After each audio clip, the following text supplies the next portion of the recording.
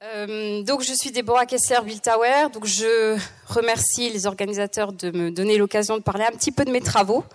Donc je vais commencer par me présenter pour vous expliquer un petit peu d'où je parle. Donc je suis sociologue et anthropologue de la santé, pas spécifiquement, j'en conviens, spécialiste de la marche ou des sports ou des activités sportives, mais comme je vais en parler ce soir, enfin cette fin d'après-midi, c'est finalement un thème en fait qui est revenu dans plusieurs de mes recherches et sur lesquelles j'avais envie aussi de communiquer. Alors, je suis chercheur à l'Université de Lorraine, chercheur associé, donc à la suite de mon doctorat et puis de plusieurs autres recherches que j'ai menées. Et à côté de ça, je suis à temps plein responsable pédagogique, donc responsable de formation. D'un axe disciplinaire donc qui est la santé, donc il n'y a pas de hasard, à l'IRTS de Lorraine. Donc pour ceux qui connaissent, donc l'Institut régional des travailleurs sociaux, du travail social. Donc on forme des travailleurs sociaux donc sur les sites de Ban-Saint-Martin à côté de Metz et sur le site de Nancy. Voilà, où je suis plutôt sur Metz, mais je viens aussi de temps en temps à Nancy. Alors, je vous propose effectivement de vous parler de deux de mes recherches. Donc, une recherche longue que je vais décrire tout à l'heure sur le monde des guérisseurs. Donc, c'est mon sujet de thèse que j'ai commencé en 2005 et j'ai mis 3 petits points. Alors, je vais peut-être mettre le diapo parce que j'ai oublié du coup. Excusez-moi, vous verrez mieux. Voilà.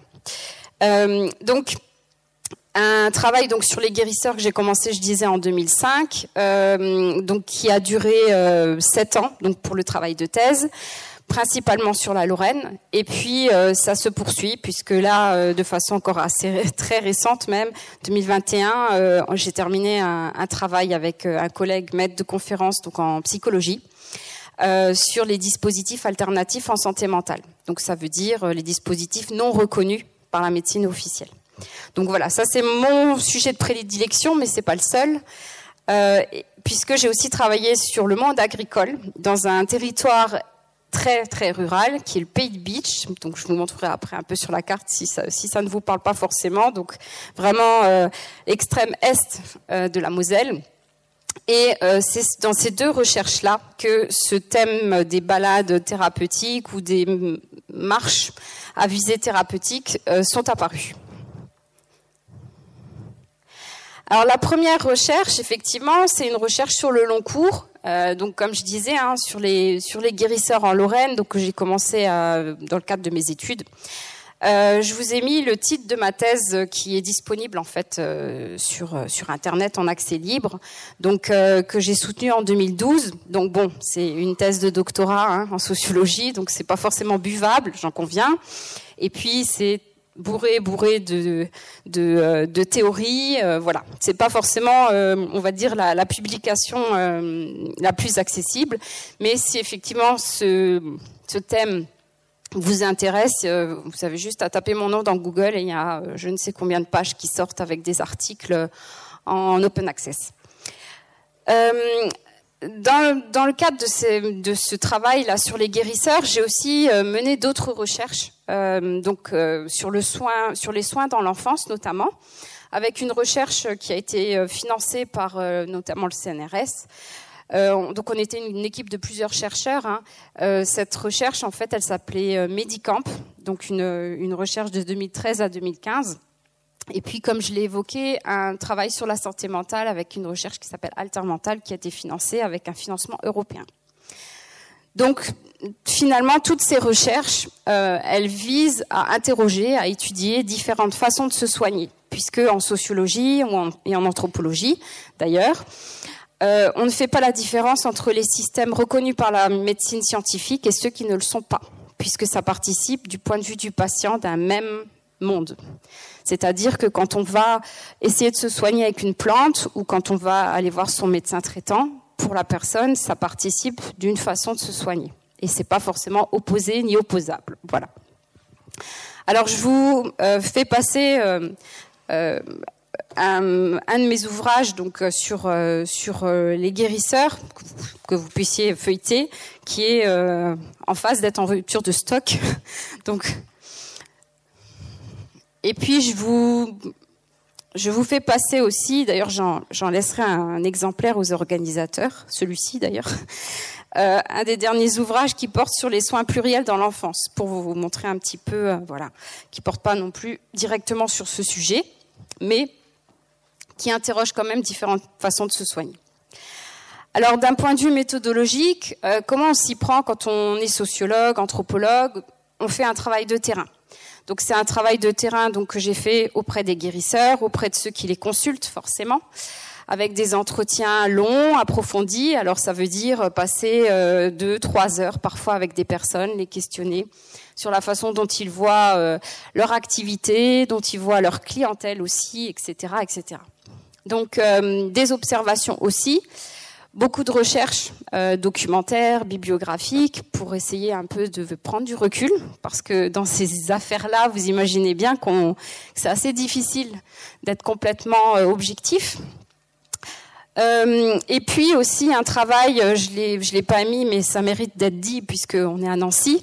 J'ai aussi fait un petit travail au musée Lorrain, un petit travail muséographique, donc où il s'agissait d'essayer de voir ce qui, dans les collections du musée, pouvait en fait se retrouver encore aujourd'hui et être utilisé par des guérisseurs, donc dans la Lorraine. Alors voilà un peu le territoire lorrain. Donc je suis allée effectivement un petit peu dans tous les départements, massivement dans la Moselle parce qu'effectivement c'est le département où j'ai fait mes études, où j'habite. Donc forcément c'est un territoire que j'ai beaucoup étudié. Avec, je vous apprends rien, des diversités de paysages très importantes, mais quand même beaucoup de forêts, voilà, des étangs, ce qu'on appelle du Piémont pour ce qui est du pays de Beach, etc. L'autre recherche, justement, donc, elle a été portée par ce qu'on appelle un observatoire homme-milieu. C'est ce fameux acronyme OHM. Les observatoires homme-milieu, c'est pour faire simple, ce sont des laboratoires scientifiques qui sont financés par le CNRS. Donc le CNRS, c'est finalement ce que l'État consent à donner à la recherche universitaire. Et donc il y en a 10 dans le monde. Et en Lorraine, on a la chance d'avoir un OHM donc, sur le territoire mosellan. La particularité des OHM, c'est que ces laboratoires d'observation, on va dire, d'analyse interdisciplinaire, ils sont tous basés, en fait, ils s'intéressent tous à des territoires qui sont en profonde mutation. C'est-à-dire qu'ils connaissent, soit sur le plan économique et ou populationnel et ou, on va dire, résidentiel. Enfin, il y a effectivement quelque chose qui est en train de changer et qui mérite qu'on s'attarde sur ces territoires-là. Donc, pour ma part, moi, j'ai travaillé donc année 2016-2017 auprès de la population des agriculteurs de ce territoire, donc avec donc deux approches. On va dire une première approche où il s'agissait surtout d'essayer d'analyser ou en tout cas de faire une espèce de photographie de la population des agriculteurs. Et voir un petit peu leur secteur d'activité, leur niveau de revenus, comment ils vivent, est-ce qu'ils vivent bien ou pas, ou mal. Voilà. Et le deuxième travail, donc c'était plutôt l'année 2017, j'ai travaillé en fait sur ce qu'on peut qualifier de produits chimiques et naturels dans les exploitations agricoles. Donc là aussi, vous imaginez bien que quand on est sociologue, on ne peut pas toquer à la porte des agriculteurs et dire je m'intéresse aux pesticides, est-ce que vous voulez bien me répondre? Ça marche pas. Ça marche pas parce qu'en fait, on peut pas avoir un entretien sur ce type de sujet. Donc l'idée, à chaque fois, c'était de gagner aussi leur confiance. Donc c'est exactement le même travail que j'ai fait pour les guérisseurs. Il s'agissait de gagner aussi leur confiance. Donc c'est un travail quand même, on peut presque dire d'apprivoisement de ces populations-là. Mais c'est pareil pour d'autres populations. Point de vue géographique, pour essayer de vous situer un peu, alors je vais juste me reculer un petit peu. Donc, première carte, donc vous avez la Moselle, et donc vous voyez un petit... Alors, je ne sais pas si avec le pointeur, ça va fonctionner. Je vais essayer. Non. Raté.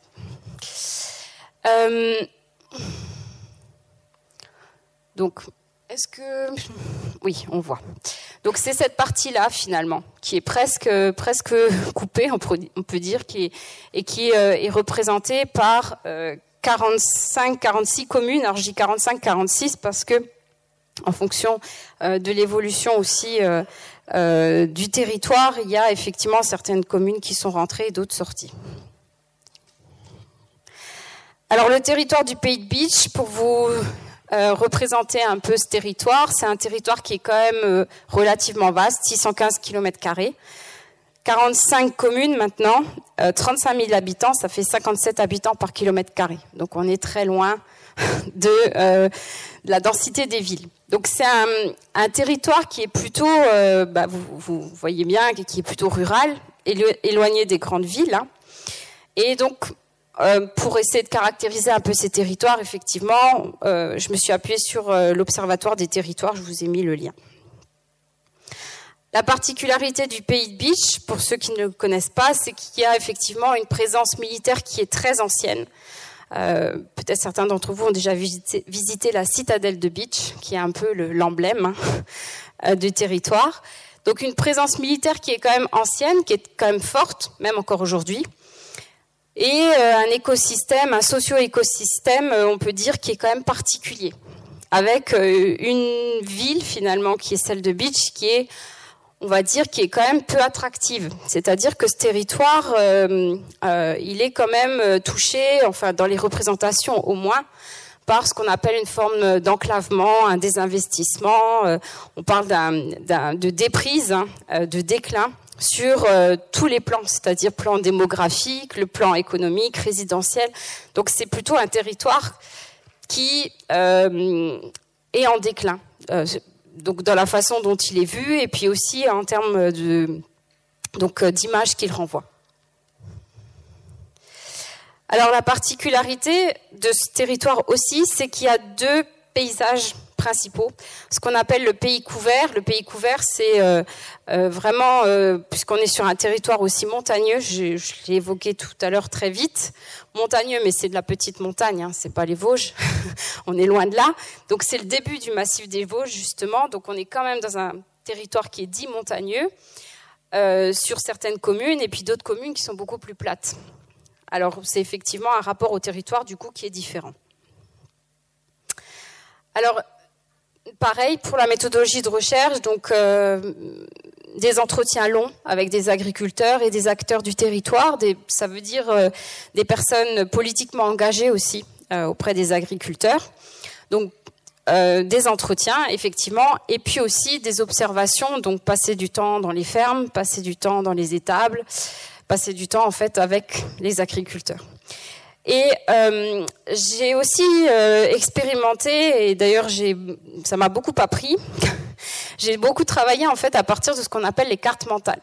Alors les cartes mentales, c'est tout simple, c'est presque un jeu d'enfant, c'est-à-dire qu'on demande aux personnes, à partir d'une feuille blanche et d'un stylo, de décrire leur territoire sur papier.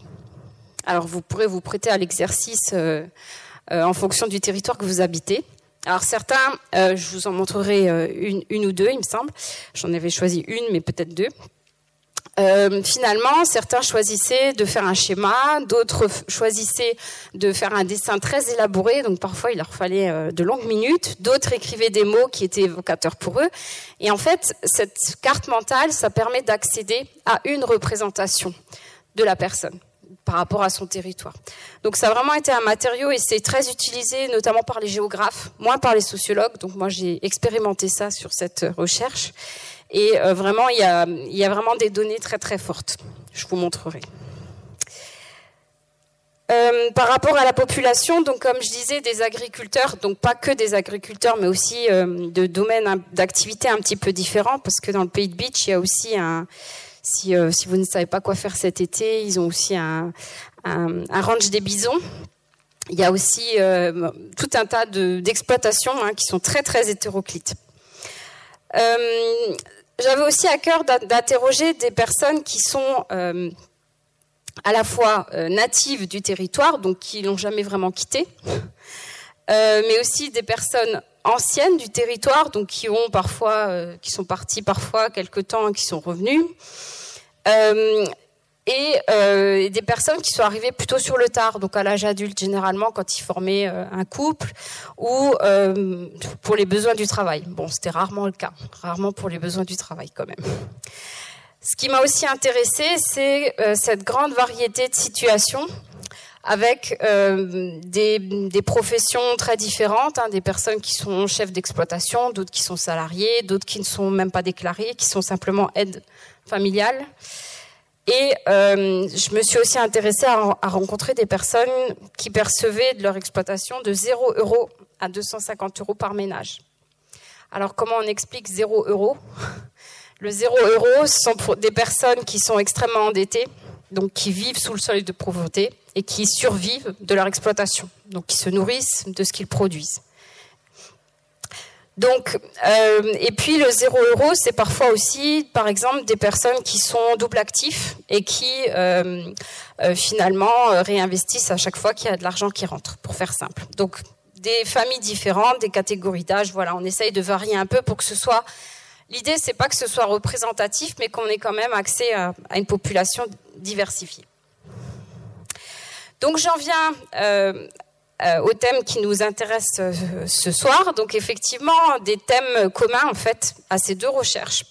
Puisque les informateurs que j'ai rencontrés, ils évoquent chacun à leur manière, que ce soit du côté des guérisseurs ou du côté des agriculteurs, pour aller vite. Chacun d'entre eux, en fait, a évoqué leur lien, leur rapport avec la nature, et à la forêt en particulier. Alors, il y a clairement, dans leurs propos, l'idée d'une nature généreuse, une nature même guérisseuse, thérapeutique, et aussi avec toutes ces dimensions secrètes, un peu mystérieuses, parfois dangereuses aussi, pour différentes raisons. Qui est peuplée évidemment d'animaux, la faune, la flore, et parfois aussi, je vais y arriver, de choses plus surnaturelles. Alors le surnaturel, je l'ai mis entre guillemets, parce que ça demande aussi à être contextualisé, et je vais vous expliquer un petit peu dans quel sens finalement on entend ça.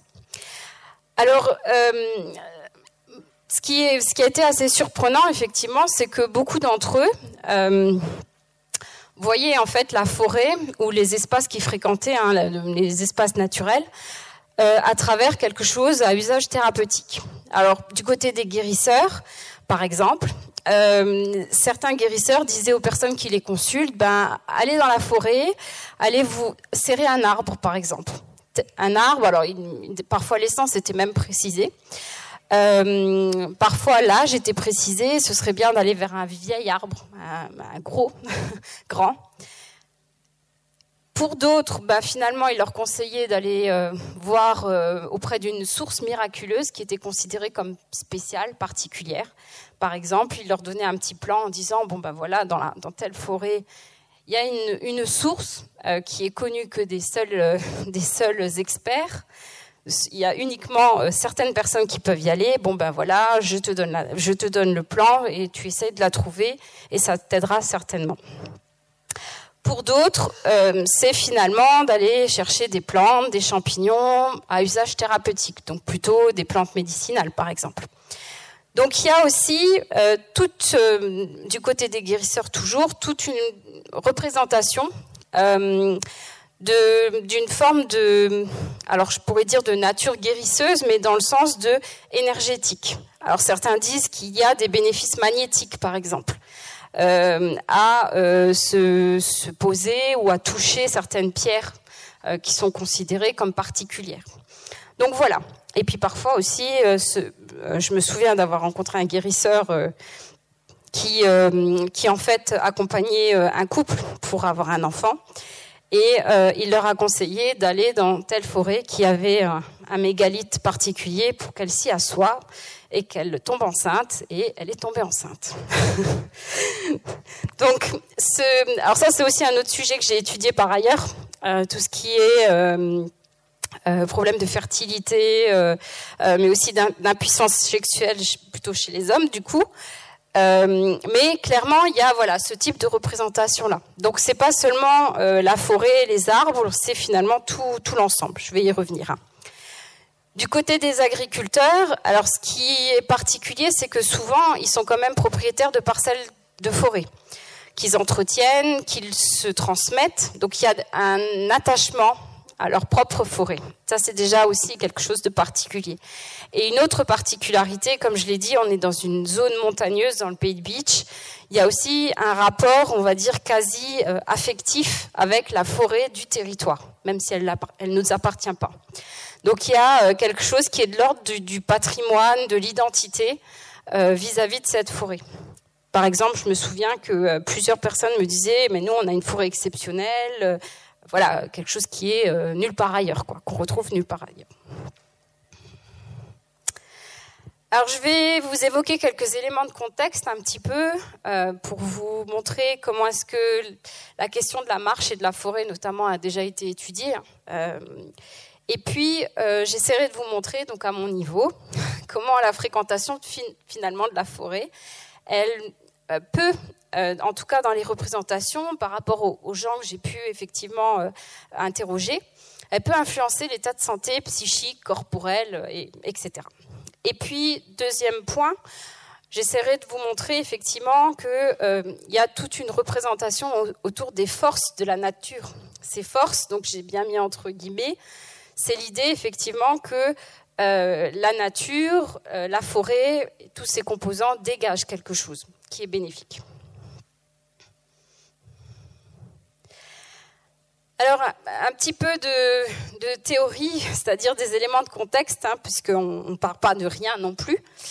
La revue de littérature, alors il existe de façon plutôt récente quand même, ce qu'on appelle une anthropologie de la marche. Alors l'anthropologie de la marche, ça veut dire qu'un ensemble d'anthropologues s'intéresse, il y a eu une publication assez récente qui a été faite à l'université de Lyon, et on va dire de façon peut-être un peu plus ancienne, il y a eu tout un tas de travaux sur les marches à visée protestataire, les marches qui témoignent d'un engagement, mais aussi la mobilité dans les villes, etc. Donc ça, c'est pour ce qui est de la marche. Donc c'est quand même, on va dire, un sujet de recherche qui est récent et qui reste vraiment à approfondir. Toujours du côté de l'anthropologie sociale et culturelle, là par contre, la forêt, ça a très très vite et très tôt intéressé les scientifiques, que ce soit les anthropologues de terrain ou les ethnologues d'ailleurs, parce que effectivement, ce qui a été pointé d'emblée, c'est justement le fait que les paysages qu'on pense naturels sont tout autant nature que culture, c'est-à-dire que ils sont aussi investis par les hommes. Les hommes et les femmes, je précise, hommes avec un grand H. Ils en ont une certaine représentation, ils en ont certains usages, etc. Donc il y a effectivement une multitude d'études, je ne vais pas toutes les citer, sur les pratiques de chasse, de cueillette, aussi sur la forêt dans un but alimentaire, dans le but de se chauffer, pour ses vertus aussi ornementales, etc. Voilà. Et puis la fabrication des produits forestiers, donc le bois, les coupes de bois, etc. L'entretien, tout ça. Tout ce qui concerne la sylviculture. Et dans toutes ces publications, on voit quand même qu'il y a des intérêts un petit peu différents. Soit on insiste sur l'aspect culturel, social, politique, environnemental, économique, touristique et spirituel, magique, religieux, etc. En tout cas, voilà. La littérature sur la forêt, elle est quand même beaucoup plus dense que celle de la marche. Et beaucoup plus ancienne aussi. Alors, fréquenter la forêt pour sa santé. Alors, les guérisseurs et les agriculteurs, en fait, ils parlent de la forêt à partir des activités qu'ils pratiquent. Alors, principalement, ils façonnent du bois de chauffage, comme je disais, qu'ils soient propriétaires parcellaires ou non. Ils y ont des activités de loisirs, des pratiques de chasse aussi. On est quand même en milieu rural. Certains ont des connaissances sur des plantes aromatiques, des plantes toxiques, des plantes médicinales. Je vous ai mis 3 plantes qui sont particulièrement connues pour leurs différentes vertus. Parfois, c'est ornemental uniquement, hein, puisque le muguet, je rappelle que c'est un puissant poison. Hein. Donc, c'est uniquement ornemental, pour le coup. L'ail des ours, qui est plutôt à usage alimentaire, culinaire, qui est de plus en plus mobilisé quand même dans des recettes de cuisine. Et la spirule, qui est utilisée pour, peut-être les connaisseurs, pour dormir. Alors oui, et puis parfois on cueille ces feuilles et ces fleurs pour les faire macérer dans de l'eau de vie, donc de l'alcool très fort, et ça constitue en fait un apéritif. Et qui est utilisé aussi parfois quand il y a la grippe ou des rhumes, des rhinites, des choses comme ça. Alors, par rapport à la marche, à la pratique et en général au sport, c'est vrai que beaucoup d'entre eux pratiquaient quand même de façon assez régulière ou plus occasionnelle un sport ou une activité physique, que ce soit la marche, la course à pied, le vélo, ou même l'équitation, puisque il y a quand même un certain nombre de centres équestres tout autour qui investissent justement les forêts. Et ce qui a été marquant, c'est que plutôt que de parler des vertus sportives pour la santé, c'est-à-dire du bienfait de la pratique sportive en forêt, finalement, ils parlent beaucoup plus, toutes les personnes que j'ai rencontrées me parlaient beaucoup plus des bienfaits que l'environnement leur apportait. Donc pas tant l'activité physique, le fait de bouger, mais plutôt l'environnement qui avait une influence sur eux. Et cet environnement-là, ce paysage, ce milieu, participait clairement à leur bien-être général. Donc, la forêt, finalement, était mobilisée vraiment comme un acteur qui permet de préserver et entretenir la santé. Je vous ai mis donc une fameuse carte mentale dont je parlais. Donc, dans le jargon universitaire, on parle aussi à l'anglaise de mind map. Je vais me contenter de la version française. Donc ça, c'est une carte mentale qui a été faite par une agricultrice. Alors, vous voyez en fait au centre, alors je vais bouger la citadelle de Beach, qui est représentée. Ici, la forêt, un petit cours d'eau, une vache, un pique-nique, le bunker, puisqu'il y a un passé de guerre très important. Et puis là, vous voyez l'importance des balades. Donc, elle a mis ici, en dessin, ce qui est caractéristique, effectivement, de son territoire. Et elle a rajouté quelques mots. Les fêtes du village, la musique, le village, le monde rural, l'artisanat, et cette phrase que j'aime beaucoup, qu'on ne trouve plus ailleurs. Parce qu'il y a l'idée à chaque fois que, et c'est ce qui montre bien que le territoire, c'est quelque chose qui se vit et qui se ressent et qu'on défend, finalement, il est spécifique pour elle. Quand bien même on pourrait retrouver une représentation un peu similaire ailleurs. Et puis, il y a une particularité, donc le plate, le parler plate. Le plate, c'est ce dialecte, on va dire d'origine allemande qui est caractéristique du territoire.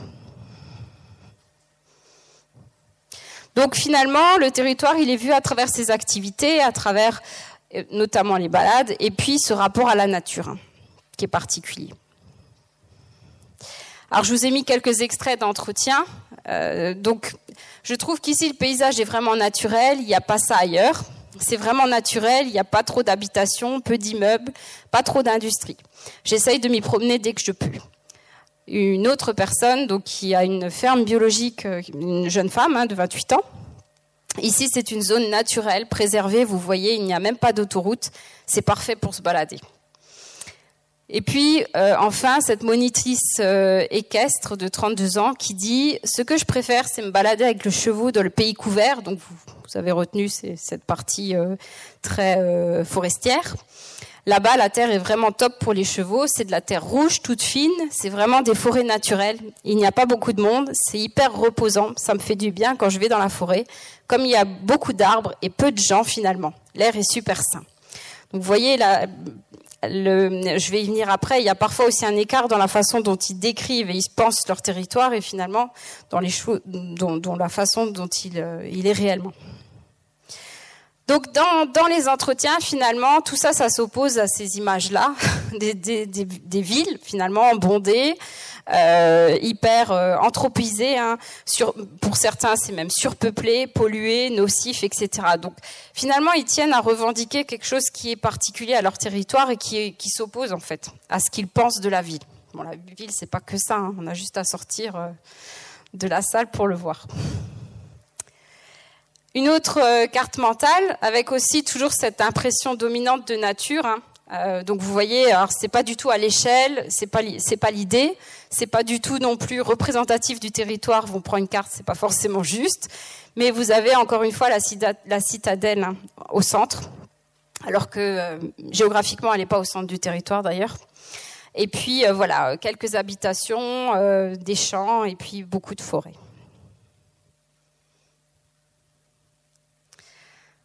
Alors sur les études cliniques, statistiques ou empiriques, il y a quand même un certain nombre de recherches qui ont montré qu'il y a des avantages à pratiquer des activités au dehors.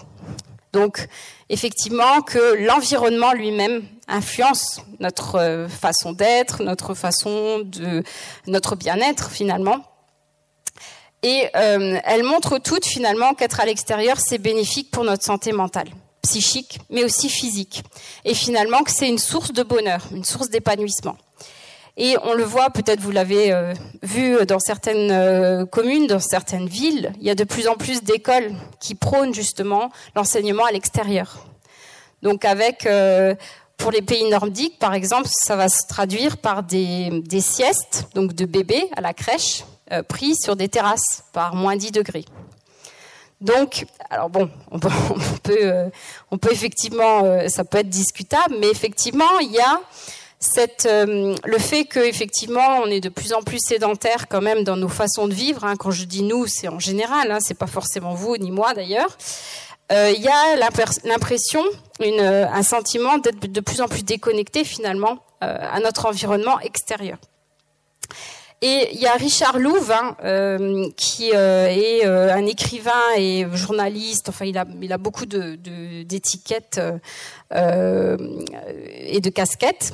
Il a parlé en fait et étudié et défini même ce qu'il appelle le Nature Deficit Disorder, donc NDD, ce qui veut dire en français un syndrome de manque de nature. Ça veut dire que c'est un symptôme caractéristique des personnes qui manque du lien avec la nature. Et ça se traduit finalement par certains troubles de santé. C'est-à-dire que pour lui, la carence de contact avec la nature pourrait être à l'origine, donc il y a bien le pourrait, être à l'origine des troubles de santé. Mais effectivement, on ne peut pas actuellement quantifier ni les effets de l'environnement sur notre santé, ni la façon dont potentiellement on en manque. Donc je vous ai mis ces publications, donc en anglais, mais aussi en français, pardon. Mettez vos enfants au vert. Donc il y a vraiment quelque chose qui est aussi militant hein, dans ce qu'il écrit. Je vous laisse prendre la photo, je bois un coup.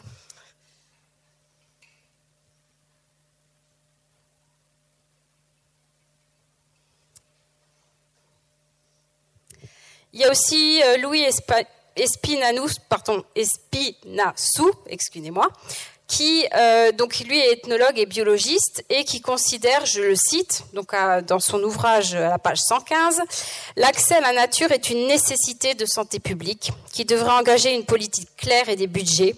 Ceci serait d'une part inférieur au coût exponentiel que le déficit de la nature génère, donc la fameuse carence de nature, génère comme trouble et pathologie coûteuse pour la collectivité et d'autre part aurait des effets considérables sur les individus dans leur santé et leur bien-être. Donc on voit aussi quelque chose de très, très militant, très engagé hein, dans la façon dont il défend justement ce besoin de nature. Donc on voit bien au regard donc c'est aussi une publication scientifique hein, que la nature en fait, que ce soit la forêt ou d'autres paysages d'ailleurs, d'autres environnements, peuvent jouer en fait un rôle thérapeutique en eux-mêmes. Mais Il y a aussi, dans beaucoup de discours, finalement, l'idée que la nature, comme je l'ai dit tout à l'heure, elle est préservée des hommes. Hein, dans plusieurs extraits d'entretien, ils disent il n'y a pas trop de monde, c'est pas trop habité. Mais j'ai aussi pu recueillir des extraits d'entretien un petit peu plus nuancés, qui justement montrent que pour que la nature, on puisse en profiter, et les forêts notamment, justement, il faut la main de l'homme, à minima. Et il y a tout un discours justement qui dénonce des friches qui sont du coup, pour la plupart d'entre elles, inaccessibles. Je vous ai mis cette citation d'un chargé de mission territoriale que j'ai pu rencontrer, qui justement montre bien que la nature sauvage, quand elle n'est pas contrôlée, finalement elle est envahissante et elle peut au contraire être vectrice d'isolement, c'est-à-dire qu'elle peut finalement séparer, elle peut ne pas être accessible aussi bien géographiquement que finalement un isolement social des hommes entre eux. Donc la nature est par définition envahissante, si on la laisse faire, il n'y a pas de limite. Moi, je ne suis pas originaire du Pays de Bitche, donc il y est arrivé. Et il raconte finalement que quand il est arrivé ici il y a 30 ans, donc après mon mariage, ma première impression que j'ai eue, c'est la brousse, la jungle. Donc il raconte que effectivement les forêts étaient absolument pas accessibles, il n'y avait pas de sentier, tout était quasiment en friche et finalement personne ne pouvait vraiment profiter de ces espaces-là.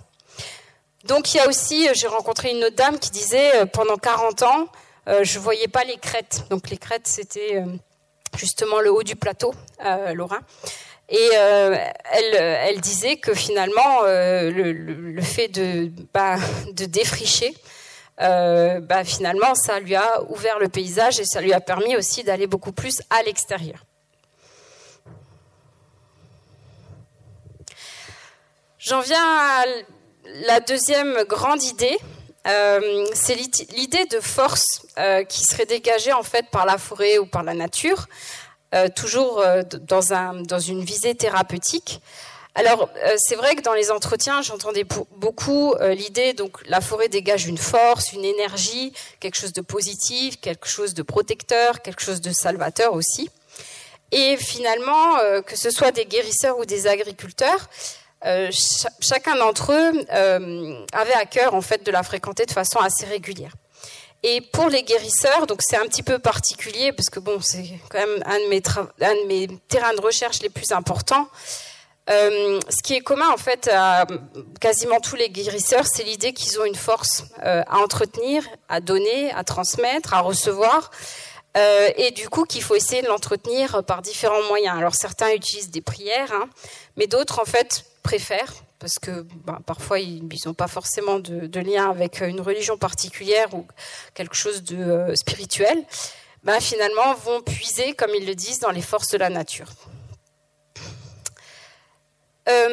Par exemple, les géobiologues, les radiesthésistes, magnétiseurs, les sourciers, ou encore les passeurs d'âme ou même les désenvoûteurs que j'ai rencontrés, parce qu'il y a tout un aspect, d'ailleurs c'est l'ouvrage qui est en train de circuler, c'est principalement sur la sorcellerie, fait finalement de cette forêt quelque chose de sacré et même parfois religieux.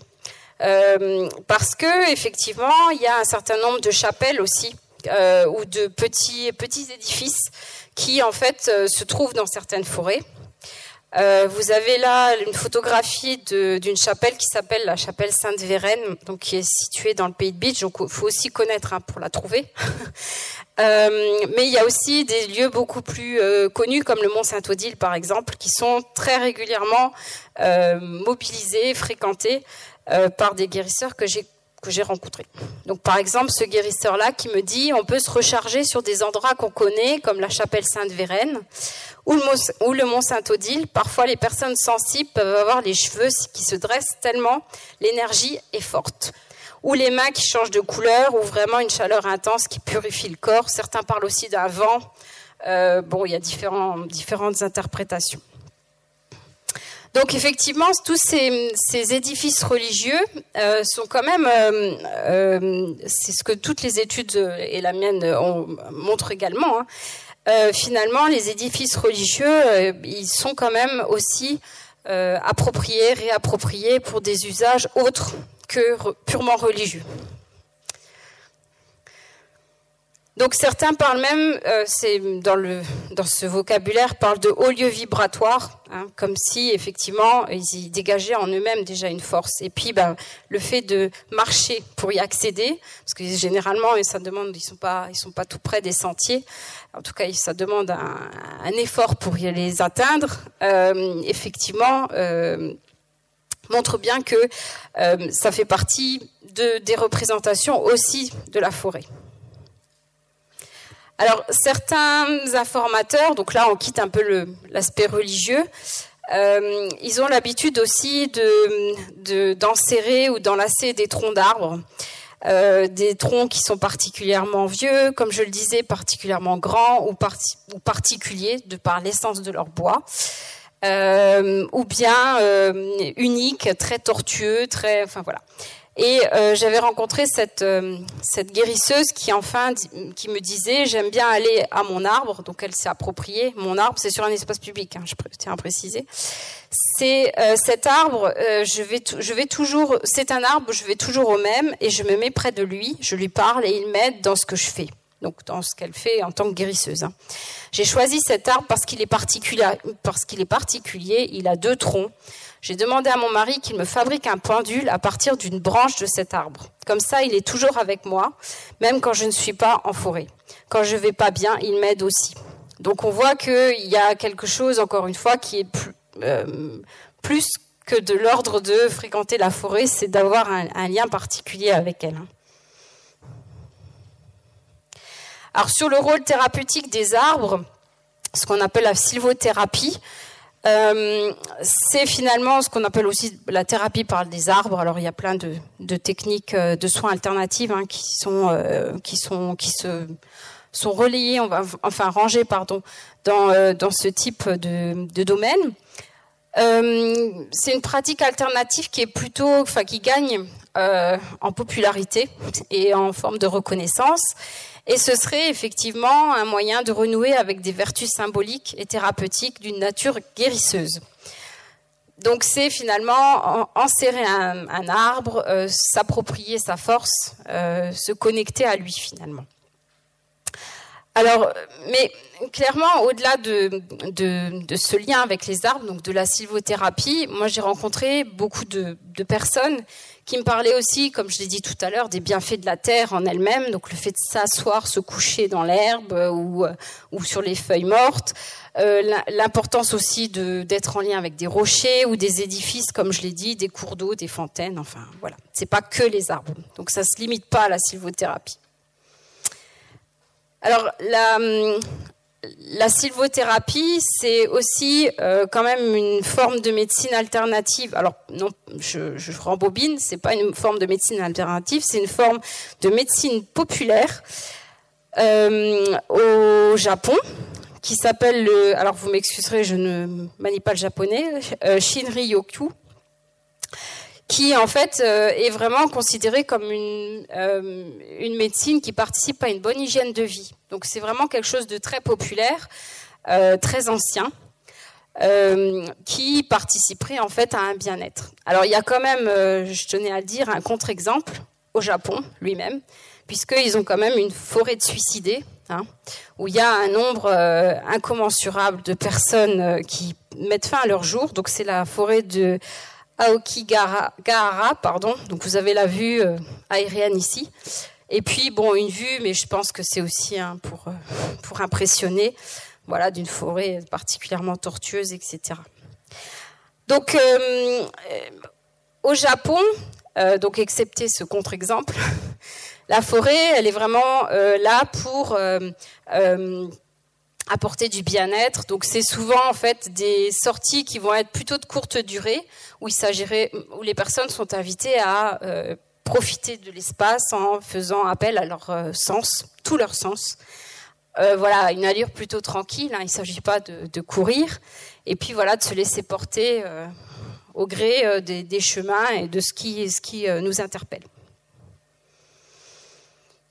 Alors il y avait cette citation d'une guérisseuse, alors qui a un parcours un peu particulier, alors parce que souvent on s'imagine, alors pour ceux qui sont pas du tout on va dire usités au monde des guérisseurs, moi j'ai vraiment cherché à rencontrer des guérisseurs qui ne vivaient pas de leur activité. Ça veut dire des guérisseurs qui avaient un boulot à côté, qui était souvent bien différent de ce qu'ils faisaient dans leur activité thérapeutique, et puis ou bien qui étaient à la retraite. Mais ça veut dire que je me suis intéressée à des personnes qui ne demandaient pas d'argent, il n'y avait pas de tarif particulier, et que c'était effectivement plutôt le bouche à oreille. Donc généralement c'était une somme d'argent plutôt modique, entre 30 à 50 euros, donc c'est à peu près une consultation médicale, hein, si on fait le ratio. Et donc cette dame, j'en parle parce qu'elle a un parcours très particulier. Elle est toujours d'ailleurs, je suppose, je l'ai pas revue depuis, mais cadre de santé dans un hôpital public. Et à côté de ça, donc dans un hôpital d'ailleurs psychiatrique public. Et à côté de ça, elle proposait des soins en fait donc c'était connu que du bouche à oreille, qu'elle avait ces capacités-là. Donc cette dame me dit, je vais de temps en temps faire des sorties avec des amis celtes. Enfin, c'est ce qu'on appelle le druidisme. On fait des virées en forêt ou dans des clairières. C'est souvent des lieux un peu étranges où l'on pense qu'il y a des villages anciens, romains, gaulois ou encore des anciens lieux de culte, des sites païens aujourd'hui disparus. Il s'agit de reprendre contact avec la nature, avec la terre.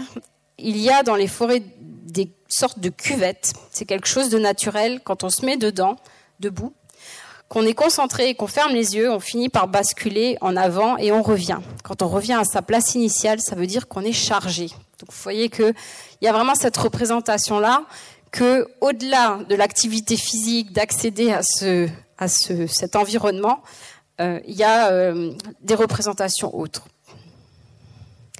Alors, mais fréquenter la forêt peut aussi être risqué, donc le bémol.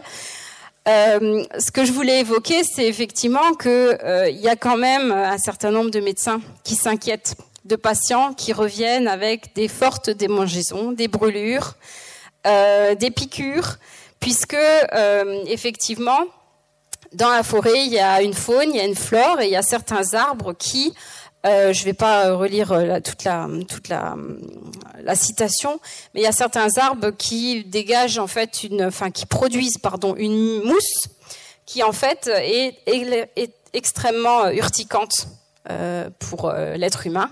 Donc effectivement, il ne faut pas enserrer tous les arbres. Tous les arbres ne sont pas bons à enserrer d'un point de vue purement biologique, tout simplement. Donc voilà, ça a été souligné. Parce que justement, il y a eu cette montée aussi, ou ce regain, ce gain d'intérêt en tout cas pour la sylvothérapie. Donc, effectivement, cette faune, cette flore, elle n'est pas toujours bienveillante et inoffensive, puisque voilà, les experts, les professionnels justement de la forêt tiennent à souligner voilà qu'il y a des piqûres, des démangeaisons, des plantes toxiques, des pratiques de chasse, etc. Et puis, ces aspects un petit peu, voilà, pour nuancer mon propos d'avant, dans les propos que j'ai pu recueillir des guérisseurs, mais aussi de ceux qui donc les consultent, il y a aussi encore pour beaucoup de personnes, et donc moi j'ai beaucoup travaillé sur cette notion de tabou, parce que la sorcellerie aussi, on va pas chez une personne en disant tiens, je m'intéresse à la sorcellerie, est-ce que vous voulez bien en parler avec moi? Ça marche pas non plus, c'est comme les pesticides. Donc je travaille beaucoup sur des choses qui sont difficiles à évoquer parce que culturellement c'est difficile, parce qu'il y a des débats, etc. Et par rapport à ce sujet de la forêt qui peut être risqué aussi, j'ai rencontré en fait des personnes qui, d'ailleurs je crois que c'est la même photographie qui est dans l'ouvrage, qui considèrent que certains arbres en fait dégagent une force maléfique en eux. Pourquoi? Parce que des sorciers, des sorcières seraient encore régulièrement, on va dire, à leurs pieds pour essayer de faire des incantations, faire des rituels, etc. Donc, ce chêne dont il y a la photo, c'est un chêne qui s'appelle le chêne des sorcières à Saint-Avold. C'est pas moi qui l'ai inventé. Donc, c'est un chêne qui a un peu plus de 850 ans. Et qui, il a ce nom-là depuis 850 ans. C'est pas un nom, c'est pas quelque chose, voilà, qui fait partie du langage populaire. Hein. C'est vraiment, et c'est considéré comme un monument puisqu'en fait, il fait partie du cadastre. Donc vous voyez que bon, il est mal en point. Hein. Il a des béquilles en métal, donc il est complètement creux.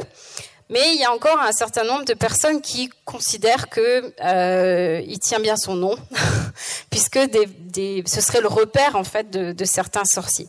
Et sur la photographie, on le voit pas bien, mais juste ici, en fait, au moment où j'ai pris cette photo, il y avait les traces d'un départ de feu. Alors, je peux pas faire d'hypothèse, hein, c'est pas mon travail, mais on voit quand même qu'il y a des activités, quelles qu'elles soient, autour de cet arbre, qui laissent pas indifférent, clairement.